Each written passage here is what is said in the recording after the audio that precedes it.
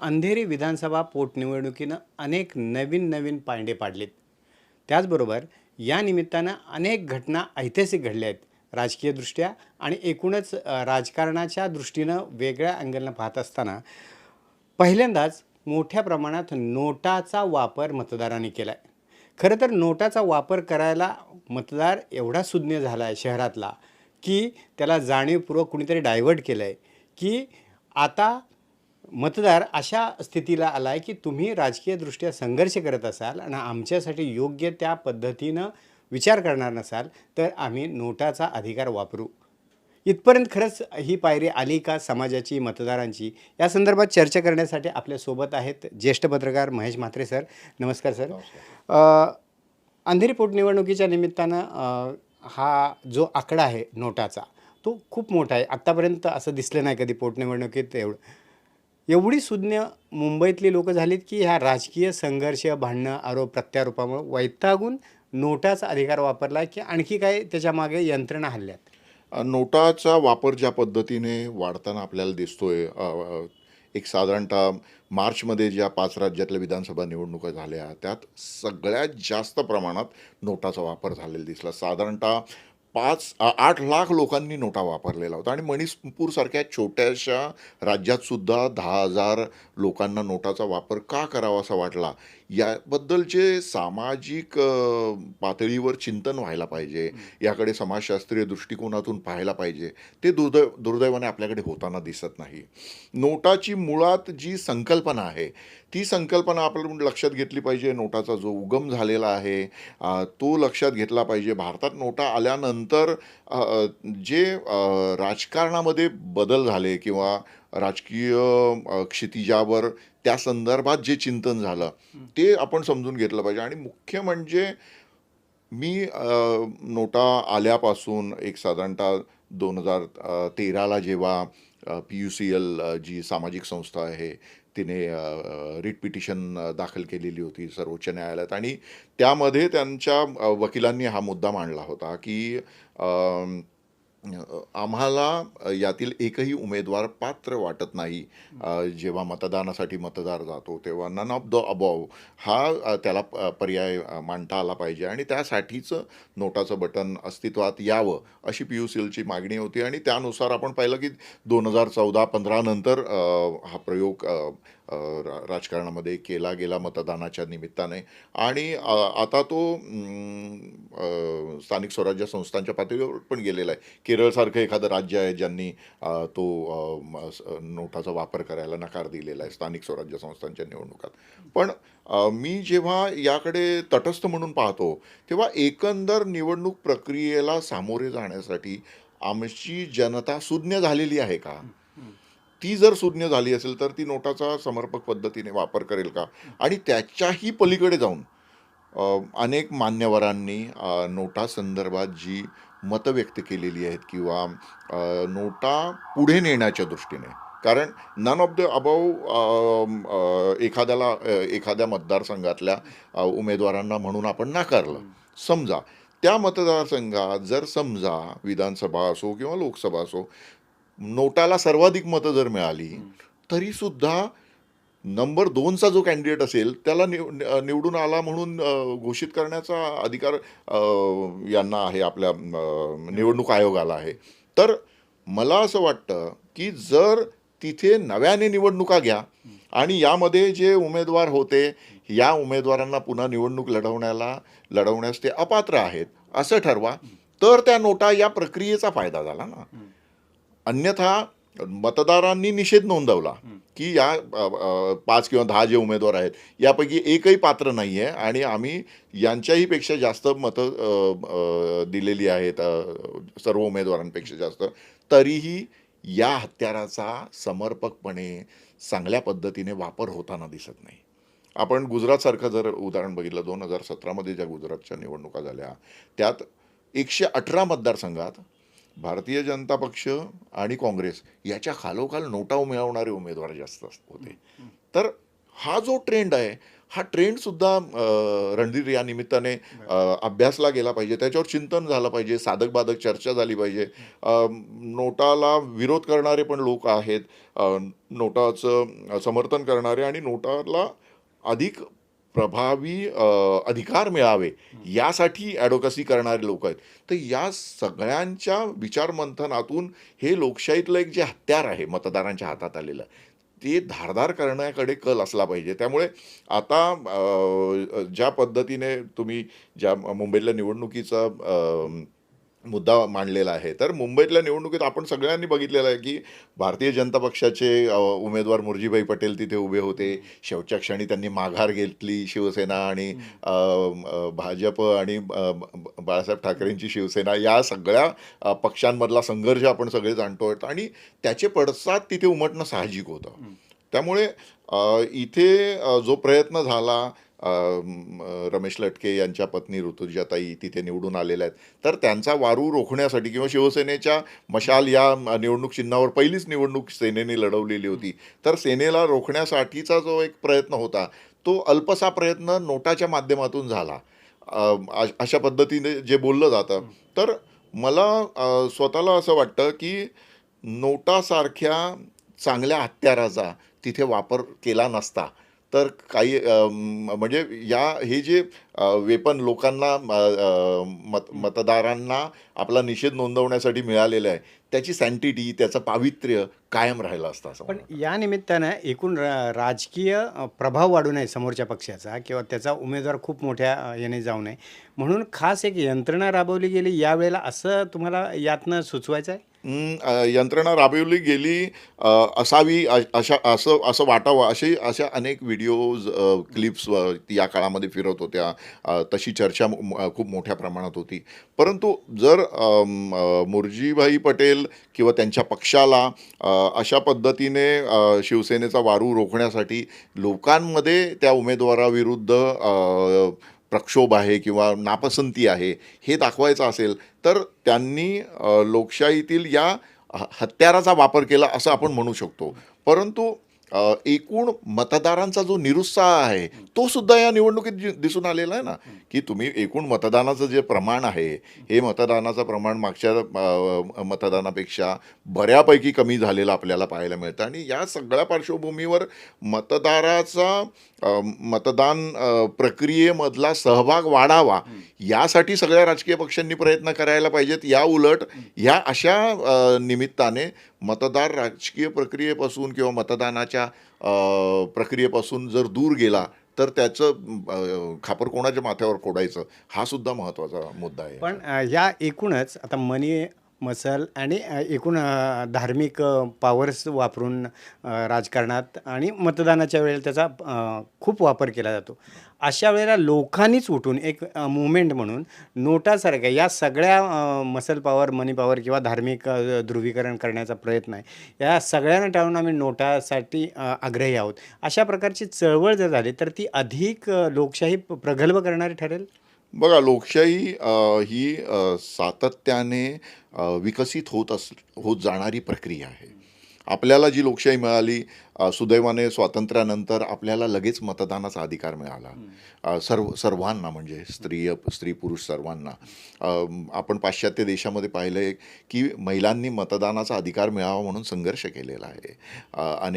अनेकांनी वंशभेदाच्यामुळे त्यांना मतदानाचा अधिकार मिळत नव्हता, त्यांनी संघर्ष केलेला आहे. आपल्याला सुदैवाने 1947 नंतर ज्या निवडणुका झाल्या त्या निवडणुकांमध्ये आपल्याला मतदानाचा अधिकार मिळाला.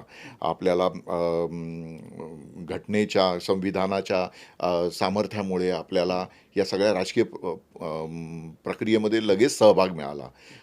पण पाश्चात्य देशात आपण इंग्लंड आणि अमेरिका जिथून या पूर्ण लोकशाही पद्धतीचा उगम झालेला दिसतो आपल्याला, त्या विकसित झालेल्या दिसत आहेत, तिथे त्यांनी प्रचंड झगडा दिलेला आहे आणि आजही तो आहे. म्हणजे मी अन्य विषयाबद्दल बोलण्यापेक्षा नोटाचंच सांगतो तुम्हाला की 70च्या दशकामध्ये नोटाची कल्पना कॅलिफोर्नियामधल्या एका छोट्याशा नगरपालिकेमध्ये आली आणि तिथल्या महापौरांनी ठरवलं की आपण हा प्रयोग करूया का. त्यांनी काही कोटी रुपये खर्च करून लोकांना प्रशिक्षित करण्याचा प्रयत्न केला आणि नोटाची आपल्याकडे अंमलबजावणी करण्याच्या आधी त्यांनी नोटा योग्य की अयोग्य, तो कशा पद्धतीने वापरला पाहिजे किंवा लोकांचं त्याबद्दल मत काय, यावरच मतदान घेतलं आणि त्या मतदानामध्ये नोटा फेटाळण्यात आला होता. आपल्याकडे जेव्हा नोटाचा वापर सुरू झाला त्यावेळेस खूप वेगवेगळ्या प्रकारच्या लोकांनी त्यावर मतं दिली. तेलंगणातले एक व्ही पांडुरंग राव म्हणून एक छोटीशी संस्था आहे त्यांची, त्या संस्थेच्या माध्यमातून ते वेगवेगळे लोकशाहीशी संबंधित प्रयोग करत असतात. तर त्यांनी सर्वात प्रथम मला असं वाटतं 2015मध्ये मागणी केली होती की नोटाचं जे चिन्ह असतं फुल्लीचं त्याच्या जागी तुम्ही गाढवाचं चिन्ह टाका, की लोकांना कळू द्या की यांच्यापेक्षा गाढव बरा. तर ही जी सगळी प्रक्रिया आहे लोकशाहीतली, याच्यात रणधीर एक बघितलं पाहिजे की जिथे लोकशाही सजग असते, लोकांना आपल्या अधिकारांचं भान असतं, त्यावेळेस ही निवडणुकीची जी प्रक्रिया आहे ही अधिक चांगली होताना दिसते. विल ड्युरॅन्डने 1927मध्ये प्लेजर्स ऑफ फिलॉसॉफीमध्ये लिहून ठेवलं की democracy without education means hypocrisy without limitations. तर आपल्याकडे ते सगळं पाहायला मिळतं की शिक्षणाच्या अभावी किंवा ज्ञानाच्या अभावी जी लोकशाही असते त्या लोकशाहीमध्ये दांभिकता जास्त असते आणि त्यामुळे तुम्ही जो मुद्दा मांडला की आपल्याकडे भावनिक मुद्दे जास्त आहेत. म्हणजे ताजं उदाहरण घेऊया की ठाण्यामध्ये एका छत्रपती शिवाजी महाराजांच्या जीवनावर आधारित सिनेमाच्या विरोधात राष्ट्रवादी काँग्रेसचे माजी मंत्री जितेंद्र आव्हाड जातात आणि ते तो शो बंद पाडतात. मग तिथले स्थानिक जे मनसेचे नेते आहेत जाधव, ते बाहेर येतात आणि ते सांगतात का त्याच थिएटरमध्ये मी दुसरा शो लावीन. म्हणजे या देशामध्ये सेन्सॉर नावाची यंत्रणा आहे. या देशामध्ये एखाद्या सिनेमाचा चिकित्सक अभ्यास करणारी यंत्रणा आहे. परंतु त्याचा विरोध अशा पद्धतीने होतो आणि तो मुद्दा बनतो. म्हणजे आता लोकांच्या जीवनावश्यक जगण्याशी संबंधित सगळे विषय बाजूला पडलेले आहेत. छत्रपती शिवाजी महाराजांच्या सिनेमाशी संदर्भात मुद्दा हा बातम्यांच्या वर्तुळामध्ये जास्त सर्वाधिक चर्चेला जातो. तीच गोष्ट आपल्या निवडणूक प्रक्रियेमधली आहे. त्याच्यामुळे अन्न वस्त्र निवारा, लोकांच्या दळणवळणाची साधनं, आरोग्यविषयक सुविधा, जगणं सोपं सुलभ करणाऱ्या गोष्टींचा विचार आमच्या निवडणूक प्रक्रियेमध्ये होत नाही आणि त्याच्याऐवजी वारंवार बोललं जातं की आमच्याकडे निवडणूक जर जिंकायची असेल, जे तुम्ही म्हणालात की मनी पॉवर, मसल पॉवर, तर मतदारांना पैसे द्या, त्यांना दारू द्या, त्यांच्या जेवणावळी करा. आणि आपल्याकडे तर अनेक सभ्य सुसंस्कृत आमदार आहेत जे मतदारांना विविध धार्मिक स्थळाच्या यात्रा घडवतात आणि त्यांच्या मते ते लोकशाहीची सेवा करतात.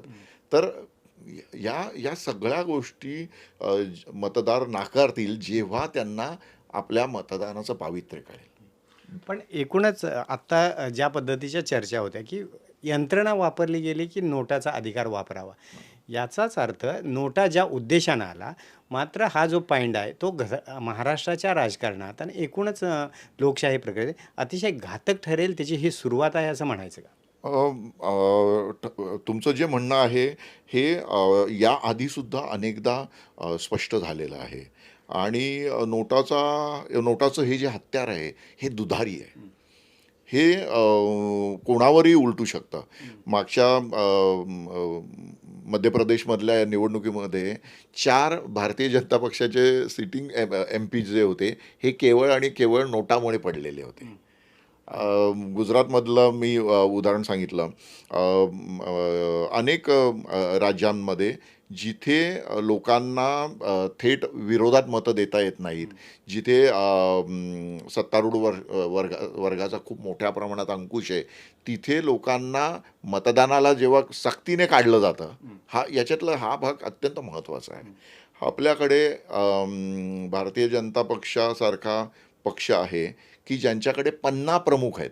म्हणजे एका पानावर निवडणूक आयोगाच्या यादीच्या जेवढे मतदार आहेत, त्या मतदारांच्या मागे एक माणूस, अशी रचना आहे. म्हणजे बूथ प्रमुखपर्यंत आपण ऐकलेलं होतं, परंतु अमित शहांची जी कार्यपद्धती आहे, ती कार्यपद्धती आपण 50 प्रमुखपर्यंत गेलेली बघतो. आणि त्यामुळे या स्थानिक लोकांवर नजर ठेवणे, त्यांना मतदानासाठी नेणे, या सगळ्या गोष्टी करताना आपल्याला पाहायला मिळतात. आणि त्यानंतर तिथे गेल्यानंतर मतदार आपल्या पद्धतीने रोष व्यक्त करण्यासाठी या हत्याराचा वापर करू शकतो.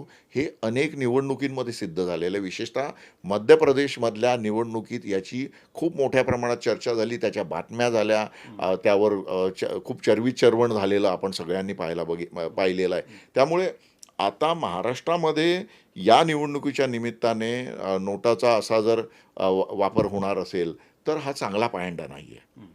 महाराष्ट्राच्या राजकीय संस्कृतीमध्ये जे बदल आपण गेल्या काही महिन्यांमध्ये झालेले पाहतो किंवा या नजीकच्या 2.5-3 वर्षाच्या काळात झालेले पाहतो, तर हे बदल काही चांगली लक्षणं नाही आहेत. महाराष्ट्रासारखं राज्य जे आत्तापर्यंत देशात सर्व राज्यांमध्ये औद्योगिक प्रगतीसाठी अग्रेसर असलेलं राज्य मानलं जात होतं, सहकार चळवळीसाठी अत्यंत महत्त्वाचं राज्य मानलं जात होतं. महाराष्ट्राची सर्वांगीण प्रगती हा अन्य राज्यांसाठी हेवा ठरत होता. या सगळ्या पार्श्वभूमीवर आपण गेल्या 4-5 वर्षात महाराष्ट्राची ज्या पद्धतीने पिछेहाट होताना पाहतोय, राजकीय स्तरावर म्हणजे जर आपण राष्ट्रीय राजकारणात महाराष्ट्राचं स्थान असं जर बघितलं, तर आज राष्ट्रीय राजकारणामध्ये महाराष्ट्राचं स्थान तेवढं मजबूत आहे असं आपल्याला पाहायला मिळत नाही. तर म्हणजे पक्ष कुठलाही असो, म्हणजे पक्ष भारतीय जनता पक्ष असो, काँग्रेस असो किंवा अन्य कोणते पक्ष असो, यापूर्वीच्या काळामध्ये राष्ट्रीय राजकारणामध्ये महाराष्ट्रीय नेत्यांचा दबदबा असायचा.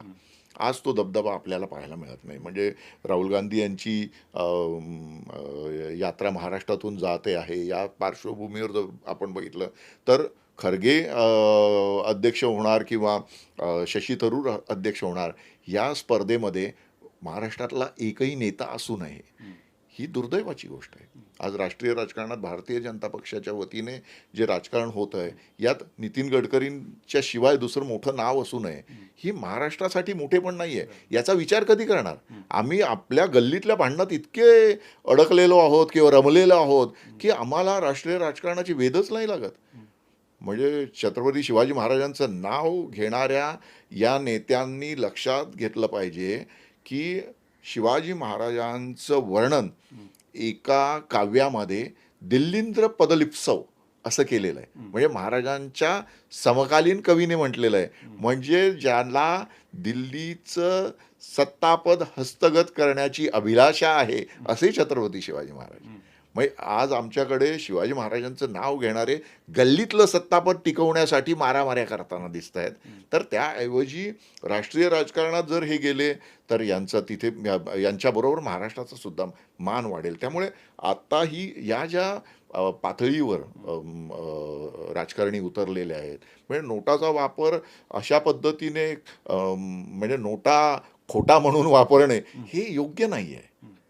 हे योग्य नाही आहे, अजिबात योग्य नाही आहे. त्यामुळे ऋतुजा लटकेंच्या या निवडणुकीत ज्या प्रमाणात म्हणजे जवळपास 1/5 नोटाचा वापर आपल्याला झालेला पाहायला मिळतोय, लटकेंना जेवढी मतं मिळालेली आहेत त्या पार्श्वभूमीवर, तर हे करून काही मोठं साध्य केलं असेल मला असं वाटत नाही. माघार घेतलेली होती आणि तुम्ही तुमचं हेतू साध्य झालेला होता, तरी पण हा रडीचा डाव जर खेळले नसते तर राजकारणामध्ये तुमची उंची अजून वाढली असती, तुमची पत वाढली असती. एवढंच या निमित्ताने सांगू शकतो. नक्कीच. खरं तर नोटासारखं जे हत्यार आहे मतदारांच्या हातात दिलं ते लोकशाही अधिक प्रगल्भ होण्याच्या दृष्टीनं टाकलेलं हे पाऊल होतं. मात्र त्याचा राजकीय फायद्यासाठी समोरच्याला नामोहरम करण्यासाठी जर वापर होऊ लागला आणि हा पायंडा एकूण महाराष्ट्राच्या असून किंवा एकूणच राजकारणाच्या दृष्टीनं अतिशय धोकादायक आहे. त्यामुळं सुज्ञांनी, मतदारांनी आणि यासाठी काम करणाऱ्या वेगवेगळ्या संस्थांनी यात अधिकचं लक्ष घालून याची एक वेगळी चळवळ चालवण्याची आवश्यकता आहे. व्हिडिओ जर्नलिस्ट शुभमसह रणधीर कांबळे, ऑनलाईन पुढारी, मुंबई.